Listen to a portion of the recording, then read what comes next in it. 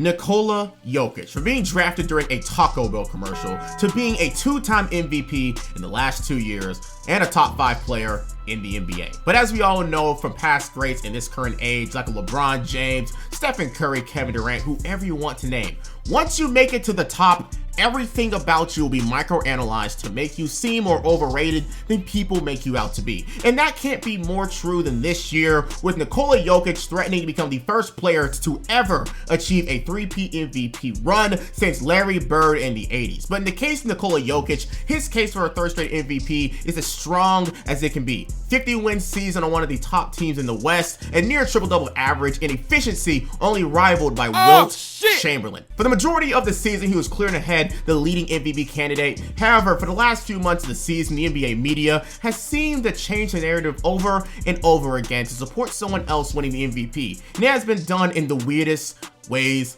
possible. Not to the point of slander, but just very, very weird instances of reaching for the sake of discrediting greatness. So in today's video, what I want to do is go over every major instance of the NBA's media witch hunt to take away Nikola Jokic's third straight MVP by season's end. And with the playoffs on and rolling, we unfortunately already know who's going to win. Thanks, leaked ballots. I know y'all love the videos where I go and tear into the NBA media, so you're definitely going to want to stay and stick by just to see how far people will go to discredit one of the best centers of our modern age and what someone even say all time. But before we start, if you want to see more videos like these, be sure to like the video to show support and subscribe to be notified when new videos come out. But as usual, this will be a long one, so you already know who it is. Roll it! 3, 2, 1.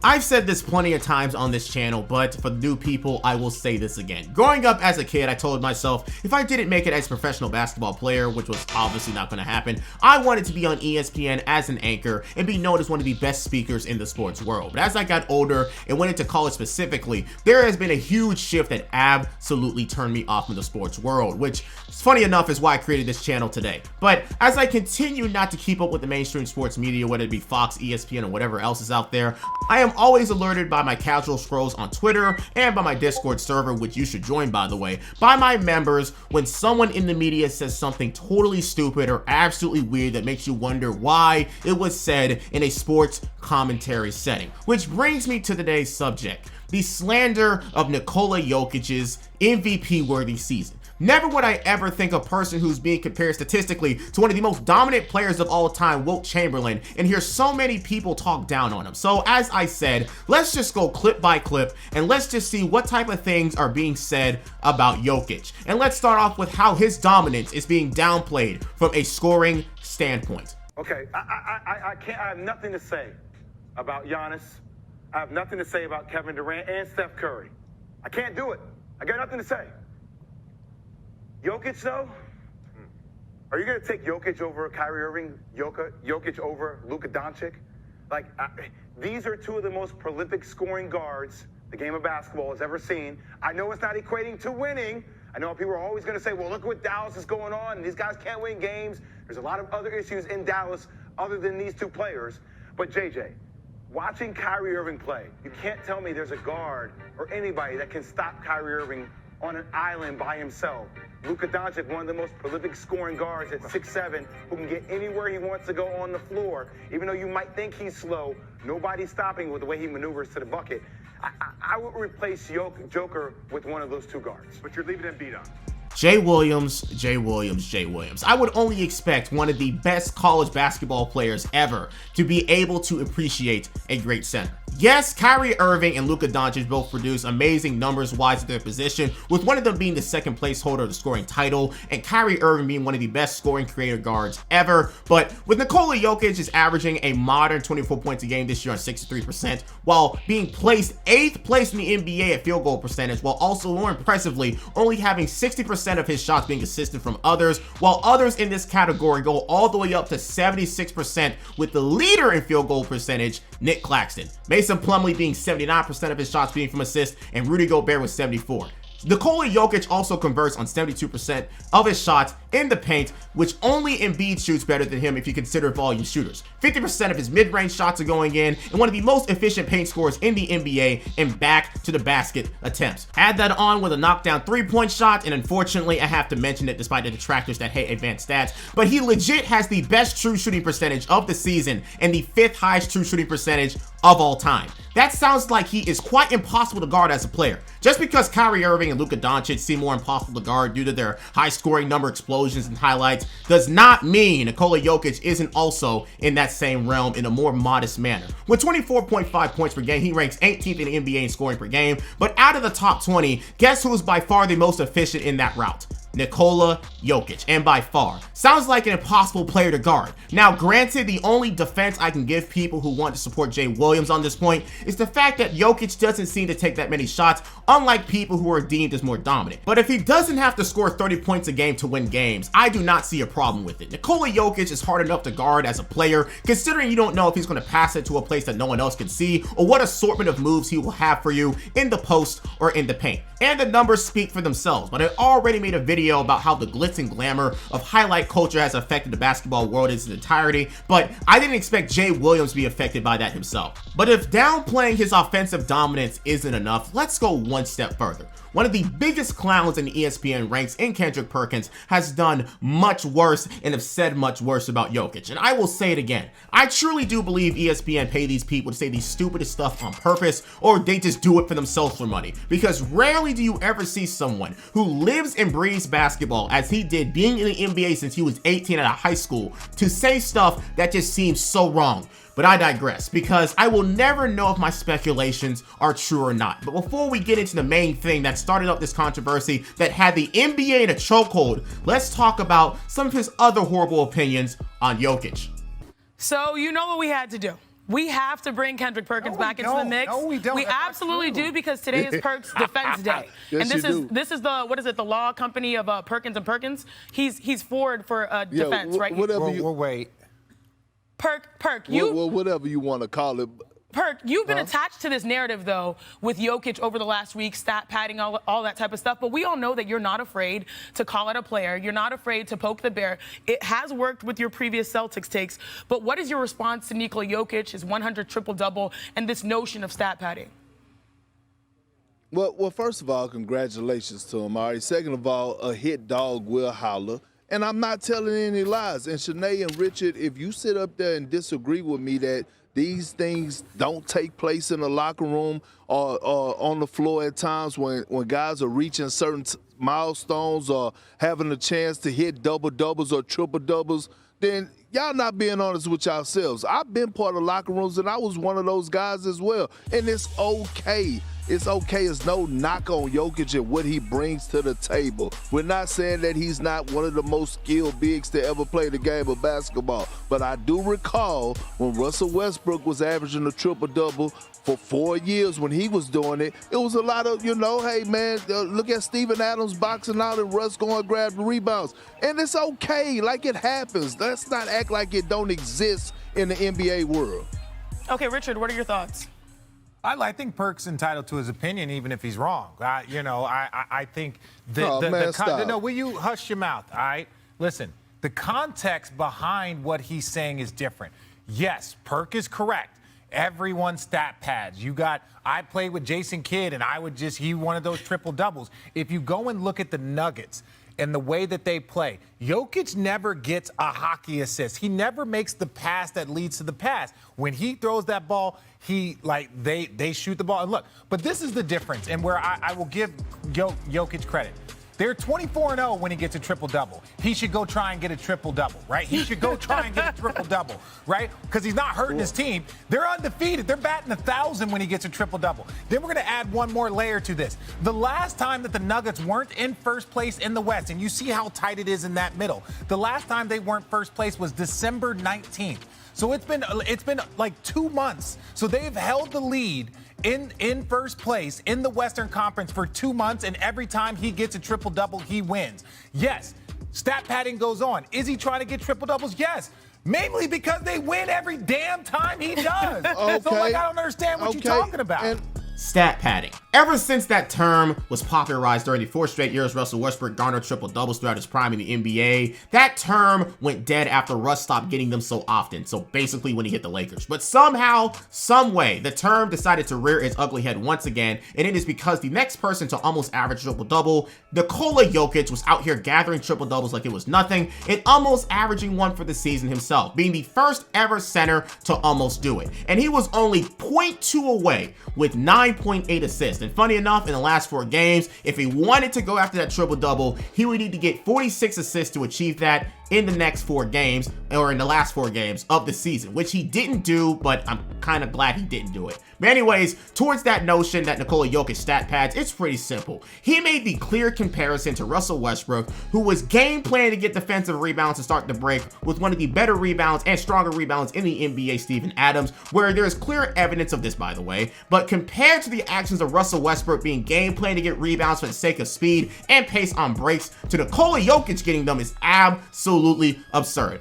According to his own coach, Mike Malone, he defends his player by saying Nikola does great without a stat pad. Nikola is the central hub in everything we do on the offensive end of the floor. Just because he's skilled enough to be a 10 assists per game center, don't hold that against him. He's going to make the right play. The most important thing is this. I know we're 24-0 when he has a triple-double. One more evidence of how this claim is bad to say. This season alone, Nikola Jokic has put up 29 triple-doubles and went 27-2 with one. But did you know there was over 20 games where Nikola Jokic was either a rebound or an assist away from getting a triple-double this season? If we were to believe he's hunting for them like he claims he is, then we'd be seeing him beating Russell Westbrook's historic record in a season with a triple-double, garnering them in almost 50 games. He'd have cases this year like the funny occurrence of Giannis Antetokounmpo trying to earn a funny triple-double by missing on purpose to get one at the end of the game, but having it ultimately rescinded. But Nikola Jokic, who is one of the most valuable players in the NBA to his team, being the legit nucleus of everything going on, yeah, triple-doubles may come easy for him,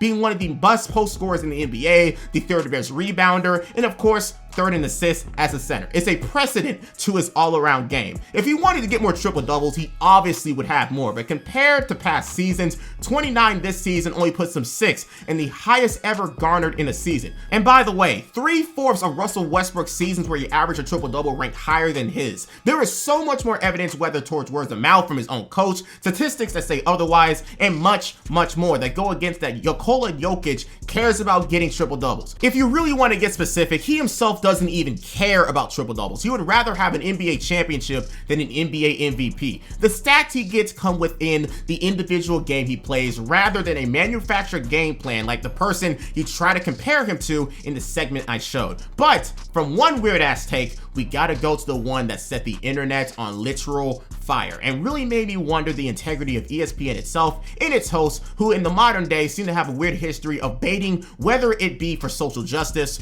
race, or whatever they feel like lobbying for that day. When I look at JJ and I hear him talk, because he's so big in analytics and he's a historian when it comes down to diving in deep and going back into history and talking about the evolution of the game, why didn't he never bring up this in particular subject? When it comes down to guys winning MVP since 1990, it's only 3 guys that won the MVP that wasn't top 10 in scoring. Do you know who those 3 guys were? Who were they? Steve Nash, Jokic, and Dirk Nowitzki. Now, Dirk Nowitzki. what do those guys have in common? I'll let it sit there and marinate. You think about it. Now, here's the thing when it comes down to the MVP conversation and why I say the goalpost move. It's because it was during the time in 2006 when Steve Nash won his 2nd MVP, when he had a roster full, didn't have the best record in the league. And Kobe Bryant was averaging 31. And if you go and look at that 2006 roster that Kobe was playing with, which they finished number 7 in the Western Conference, which I don't understand how he did that with that team he had. No disrespect to those players, but it is what it is. How was he not winning it? Leading the league in scoring that year. So when it comes down to moving the goalposts for certain individuals to win it, again, is it Uchiwali or is it one Mike? Like, what song are we actually dancing to right now? Why is this subject not brought up? What do those 3 guys have in common when they won the MVP for us? Steve Nash, Dirk Nowitzki, and Jokic that wasn't top 10 in scoring. We moved the goalpost so much. So don't come giving me, oh, they're the number 1 seed this year in the Western Conference, so he's averaging triple-double. That's why he should be the clear-cut favorite. They wasn't the number 1 seed last year. They was actually the number 6 seed. One seed from being in the play-in tournament. So that's my whole thing. Is like, why we move the goalposts for certain people and then for others, we don't. So when I was trying to make a case 2 years ago for Chris Paul, when I was saying, hey, you know what? The Phoenix Suns, Chris Paul, same organization, same position, same results. Why is he not getting the love that Steve Nash was getting when he was in Phoenix for as the MVP candidate or winning being the MVP frontrunner? I'm just trying to say, Stephen A., am I missing something here? Man, I hate these type of conversations. In the world of sports, this is the last place you'd expect races of people to be compared. But Lord and behold, here we are with Kendrick Perkins trying to call out people for voting for Jokic on a different plane of thought compared to others due to the color of his skin. The world of sports are supposed to be ruled by your actions on the court, field, or whatever type of playing field you're on. Filled by all types of people of all types of backgrounds who are all on the same court for one common goal. Every athlete in the NBA raised within the game and each plays a completely different way. But once you bring race into it, it absolutely changes the entire narrative of whatever you're trying to talk about and burns it to the ground. This is a sport built on merit, skill set, and stats. You don't compare people by their skin color when you compare one player to another. You compare them by what they do on the court and how they produce. And what Kendrick Perkins did on air is absolutely detestable in my opinion, because again, it creates an absolutely different conversation and debate that goes away from sport. A recent example that we all witnessed recently was the debate about Angel Reese and Caitlin Clark. What should have been a conversation about simple sportsmanship and conduct turned into a why did one player didn't get talked about while the other one did, obviously baiting people to believe it was an issue of perceived differences of race rather than just a difference in context, because that's all it was.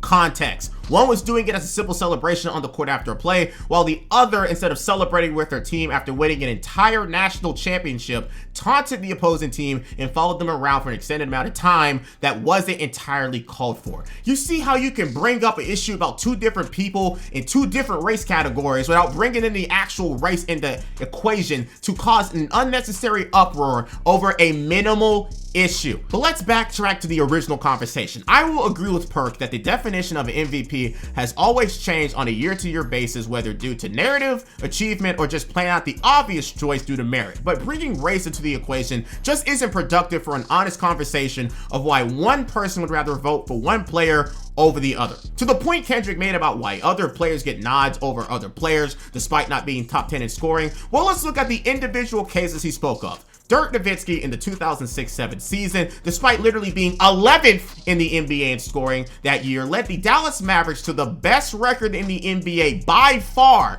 with a record of 67-15, while averaging 24 points, 9 rebounds, and 3 assists. And guess what, dudes?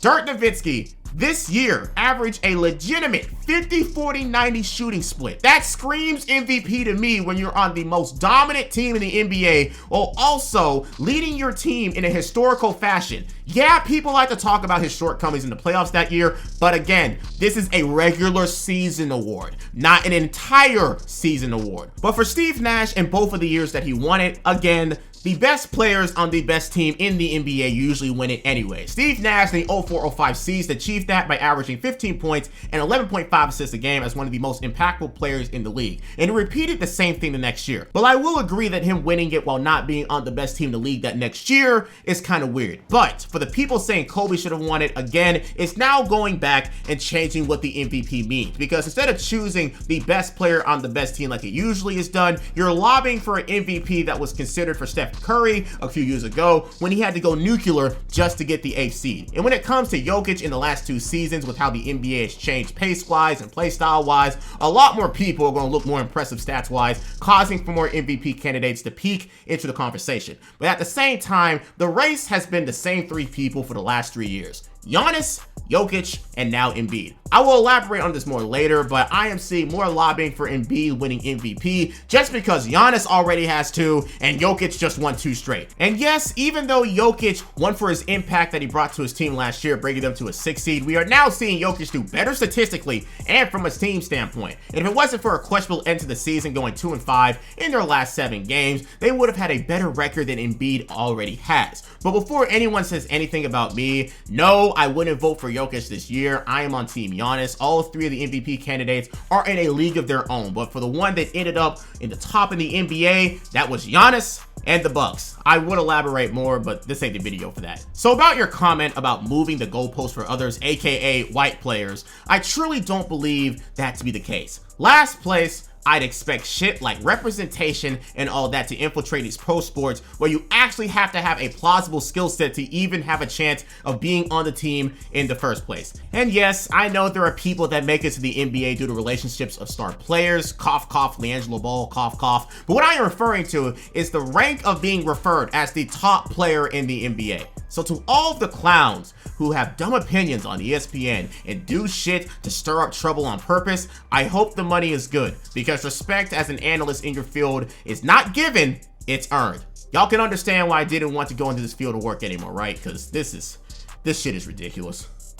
Now the next thing we gotta do is talk about the part of the witch hunt that Jokic ended up on, and that is the stats used against him from every angle of the sport. I feel like this is a byproduct of how a lot of Jokic stans will use the realm of advanced stats to support the claim that he is the best player in the NBA. But on the other side of the coin, 2 people can play the same at that game, because the use of stats to demean Jokic is also a huge thing online right now too. Now again, like I said in my intro, once you make it to the top of the league, you'll have criticism coming at you at every angle. Some angles you didn't even expect for it to come up from. For example, LeBron James, possibly the best player to ever even touch a basketball in the world. One of his main criticisms you see from people and detractors alike is the lack of clutch plays when the time is needed in his record in the finals. People will preach to the pits of hell itself to say something to go against you, even if it doesn't even mean much at the end of the day. Some stuff people just pull out of their asses for the sake to make you look worse. And the last few months of the NBA season has been full of it for Nikola Jokic. For most of the NBA season, Nikola Jokic's flaws were never brought up, as the Nuggets were doing so well it didn't even matter to talk about. For most of the season, they owned the best record in the NBA, but as the Nuggets started to slip defensively and ended their season 7-10 with embarrassing losses to the Spurs and the Rockets by 21, questions started to arise. Is Nikola Jokic even good at defense in the first place? The first major documented post about this used stats against him that was during their game against the Spurs. They lost 128 to 120, and it goes like this. Spurs players shot 19 of 32 versus Nikola Jokic last night, which for the non-mental maths guys out there means when Jokic guarded someone in the game, they made 59% of their shots on them, which is tough, I can't even lie. And considering Greg Popovich was the coach, you know this was planned from the jump. Now we can all agree that Nikola Jokic gets headhunted on a nightly basis due to his perceived weakness and how slow he is on his feet and whatnot, but after this, the stats got more and more weird. Nikola Jokic is giving up more points when trying to defend layups than any player in the history of the player tracking era since 2013. Nikola Jokic leads the NBA with 45 kickball violations this year. The player in second place has 17. It's his way of saying, I don't feel like playing defense. It's smart, but we shouldn't allow guys to karate kick the ball, and much worse. But just like it's easy to throw a stat at someone to support your claim, someone can easily throw back another stat to make the opposite claim. For example, when Nikola Jokic is on the floor, the hashtag Nuggets defensive rating is 110, equivalent to the 4th best defense in the NBA. You see how easy it is to use stats to manipulate someone into thinking something different? Stats doesn't account for everything in basketball, but that type of thing usually affects the casual crowd, because even if you told me about any of these stats, I would have gave you a tiny side eye, especially the kickball one. Like, Nikola Jokic garnered the 9th most deflections in the NBA this season with 211. He's active and a willing defender out there. Everyone has their weaknesses, but let's not act like it's something that's just straight up, that he's just straight up terrible at. But want another example of something similar? Last night, Golden State took advantage of Joel Embiid's defensive weakness in a big comeback. This type of stuff can be created out of anything to support a claim, but you know what does better than just blindly looking at stats and seeing a few clips? Watching the entirety of basketball games. The true eye test. It goes farther than just going on the internet and letting a few tweets dictate how you feel about a player. We can all agree that Nikola Jokic is not the best defender in the NBA, but he is nowhere near unplayable due to it like people you want to believe. But the most important factor I like to bring up in this stack is his offense most definitely makes up for all of that through his sheer offensive skill with the play and playmaking that he does creating for others. There are plenty of examples I can go through that I have saved on my PC of people downplaying Nikola Jokic's game from just a few bad games, whether it be Alperen Sengun, despite Jokic playing 24 minutes to Sengun's 37, the weird losing streak they came up upon that was a campaign to basically strip away Jokic's chances of winning the MVP, or whatever you want to say. But that's exactly how things can go. Use a few numbers to make a point, and supporters who were rocking with you at first can go away as fast as you gain them. But while we got that out of the way, there's still one more thing that has been bothering me about this damn race. If there's one thing I hate more in the debate about the sport of basketball, it's recency bias. Sports fans tend to overrate things that happen at the current time just because it happened in the now. And the thing that happened then, before, is far gone from memory. And this MVP race is a perfect example of how far recency bias can go sometimes, and it's just funny to me how quickly people can switch up after riding Jokic for so long. So Joel Embiid, he may have just clinched the MVP award last night, at least according to Caesar Sportsbook. He's now the overwhelming favorite to win it all at -750, and then you see Nikola Jokic and Giannis, they're both tied for second. So his teammates, Doc Rivers, Joel Embiid, they're all doing the Vince Carter. They're saying it's over on this one. But you guys have heard what Doc has to say. Do you think, Ramona, it's over? I think that was the game everybody was looking for from Joel Embiid, to give them a reason to vote for him. I think people are looking for reasons to vote for Embiid this year, in the sense that Jokic has 2 MVPs, Giannis has 2 MVPs. After the other game the other night, I thought Giannis really played his way back into that first place conversation, not just in the top 3. But when you go out and get 52 points, and they needed all 52 of those points. This is the second time this year he scored more than half of his team's points. His team scored 103. He had 52 of them, which is insane. Insane. And the last time they played Boston, when they did have Jaylen Brown, when they did have more of their players, came down to a buzzer beater. And so this is going to probably be your second round matchup. And I think Joel in this game gave you that game. If you're a voter that's on the fence, you're looking for reasons to vote for him, gave you that 52-point game that you can feel good about.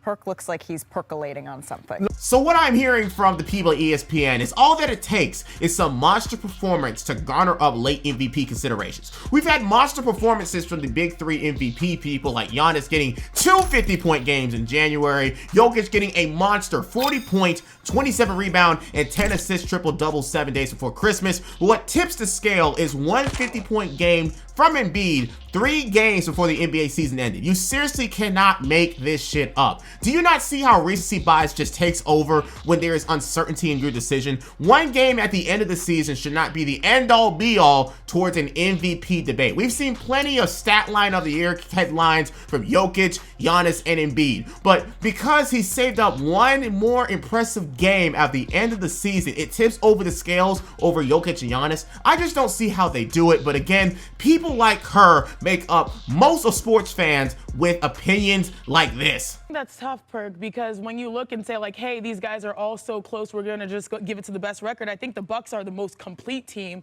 and that's Stephen A's point. Like, these other candidates, Jokic and Embiid, they're the ones that have shouldered a lot of the load. We've seen what the Bucks look like without Giannis. Nonetheless, like, it's a safe choice either way you go, Giannis or Embiid, but my choice is similar to Stephen A's. I believe it's Joel Embiid, just because this guy has been top 2 in the league for the past 3 years, but this is his year. I mean, he found a problem in his paint production, meaning he was getting doubled left, right, and center. Their offense was a little stagnant. How are they going to fix it? Guess what? He started living at the free throw line, and what happened? We're seeing a center lead the league in scoring for the 2nd straight year. This is not to, throw tomatoes at Jokic or Embiid because Jokic or Giannis, just because they're having remarkable seasons. I mean, a triple-double, and then also Giannis having a career high. But if you look at the value that Joel Embiid brings, I look at both ends of the floor. I know Giannis Giannis is in that category as well. But Joel, I feel like the narrative, as Stephen A. said, he's been consistently dominant, and he's also had those show-stopping performances. And that 52-point was like, hey, y'all, remember, the vote is for me. If you want another example of how easily swayed people can be over one game, there you go. Now, again, I personally think that Embiid, Jokic, and Giannis are all in the same realm of greatness and dominance in this modern age. Each of the three does things very differently on the court and produce in their own way. But you see the type of hoops people will jump through just to justify choosing Embiid over someone else. I am very much aware, due to the modern age of basketball, the term MVP has been changed over the years, or at least in the last like 5 years. From being the best player on the team 95% of the time to now being constructive through media narrative. I can agree to people's points about how Jokic won it last year due to the exact same media push that has been done for Jokic and how he carried his team due to injuries inflicted to them. But if you're going to say to Jokic's claim last year, then we gotta do the same thing this year. The Philadelphia 76ers all year have been one of the best teams in the East with a very well-constructed roster, outside of their bench for the most part, because, you know, they suck. But now we're giving Embiid the pass because he's choosing to do more offensive-wise for his team. I don't buy the claim that Embiid is the most impactful player in the NBA, despite what the numbers say for some people, just because some of his teammates don't decide to step up sometimes. And again, with him scoring 52 out of like 101 points, that claim just seems to strengthen for some reason. But if we take a simple look at some advanced stats, and yes, I know the groans are coming, guess who leads the league in the NBA in usage? The silent horse of the three in this debate, Giannis Antetokounmpo. To bring some rebuttal of what Chiney said on there, just because Giannis' team has had better luck and has been more aggressive with their signings and moves to create the team that they should have had for Giannis, does not mean that Giannis gets a demerit to his MVP stock. If we really want to play the my team has been up the code card, then let's take a look at the Bucks this year. Chris Middleton missed 49 games this year and has only started in 19 of them, which meant he has been without his second best player for 59% of the season. And guess what that caused? Giannis needing to step up for his team, which created him averaging a career high in points in 31, second in the league with rebounds, and just like Embiid, put up multiple 50-point games, and even went on a 17-game winning streak at one point in the season, truly showing off his dominance in the league. And guess what? He averaged his current averages of 31 points, 12 rebounds, and 5 assists, only needing to play 31 minutes a game. You see how weird these conversations become when you just throw some arbitrary reasons for someone to win it over another? Now, to Kendrick Perkins' credit, he did mention in the clip that I played that he was going to vote for Giannis due to him having the best record in the NBA out of the three. Me.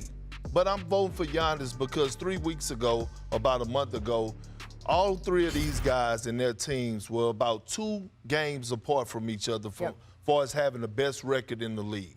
And I said when it comes down to it, whichever one of these guys and their team have the best record, that's the guy that I'm voting for. Because we've been having so many conversations about what's the criteria when it comes down to the MVP, because we know the history and the past and things to that nature.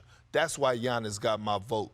But I would not be mad at anybody for voting for Joel Embiid because he deserved it. But you see how this just goes further into how weird these conversations can be, especially considering that earlier in the video, I showed you how he supported Embiid at first, but then he switched up to Giannis after using some basic logic. But for a lot of people's case, it was dictated by one teeny tiny, okay, maybe not teeny tiny, but one 50-point game at the end of the season when this league was dominated by high scoring performances. 2 people even scored 70 this season. So it's crazy to me how one 50-point game by Embiid is the tipping point in calling Embiid the MVP. Now again, me personally, I'm just going towards the route of the best player on the best team. And it even helps more that statistically speaking, Giannis does more than Embiid when it comes to the load placed on him by his team. But this is truly one of the closest 3-way MVP cases we have seen in years. But the way people go about calling one better, more influential, more dominant, or just however you want to go about it seems to be done with more bringing down of other players rather than having a constructive conversation about the fact. For me, either way you cut it, all 3 of them deserve the MVP, but only one can get it, unless you're trying to be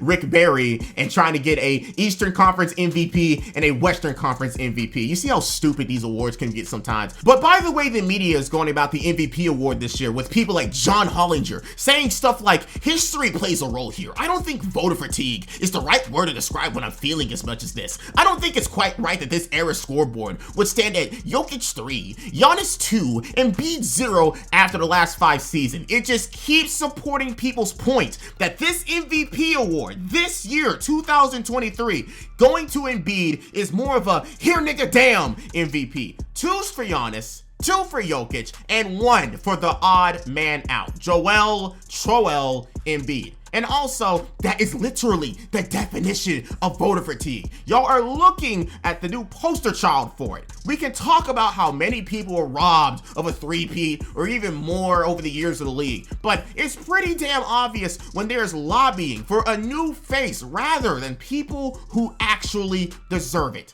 Again, all subjective, but what I'm seeing right now is narrative bullshit from the media. And again, Embiid deserves consideration. I understand that. But the way I've seen Jokic brought down for this case to be propped up is terrible to see. The use of stats, media push, game by game overanalyzing, whatever it may be. All of this creates the most toxic MVP race I have possibly ever seen in my near decade as an NBA fan.